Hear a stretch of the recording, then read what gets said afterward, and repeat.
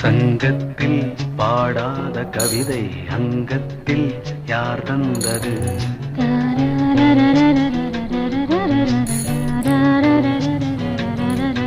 சந்தத்தில் மாறாத நடையொடு என் முன்னே யார் வந்தது?